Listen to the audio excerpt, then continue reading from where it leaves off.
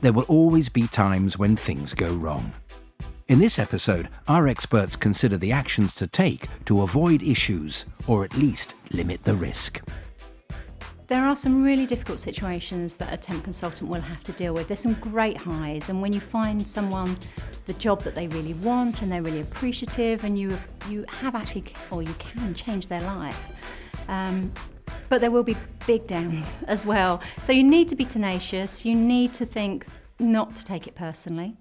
And some of those things could be that they will let you down. They're people, and they'll do what they want sometimes. So temps not turning up, temps actually causing problems, and could be major problems within the business. Luckily for me, some of the worst problems that I had to deal with was when I was dealing with catering, putting a chef in that actually was an alcoholic and ended up drinking himself through the afternoon and ruining all the food.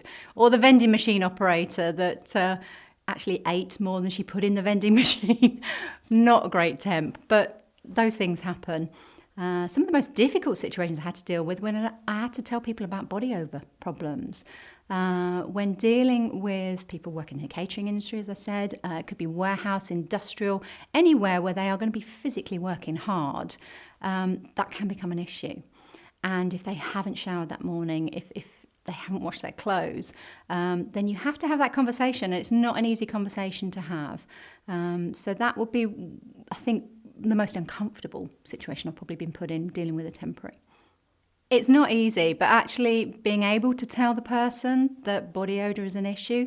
Sometimes it's not even body odour, it could be too much perfume and a really strong smell.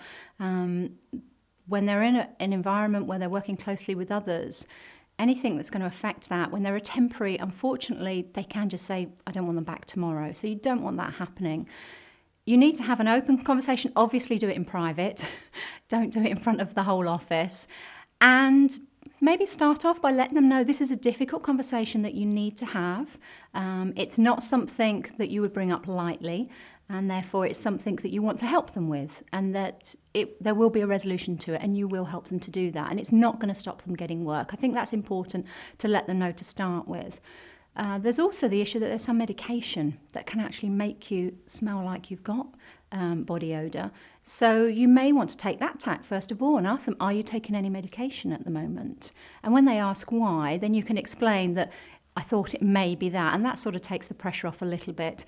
Once it's been broached, obviously they're embarrassed, but you can say, well, let's move on. What can we do? What do we need to change? And it's usually, I'll put clean clothes on and I'll have a shower in the morning, and that's all the issue that needs to be dealt with. A temp consultant can face a number of issues in any one day, and it feels like the universe is storing them all up for one particular day. Your non-starter, the somebody that's late, the somebody that's gone on site without any protective wear, the client that suddenly has no cost code, someone that's completely vanished off the face of the earth. All these things can happen before 8:30 in the morning, and a temp consultant needs to be prepared. The three most common challenges is lateness, absenteeism, and people not turning up.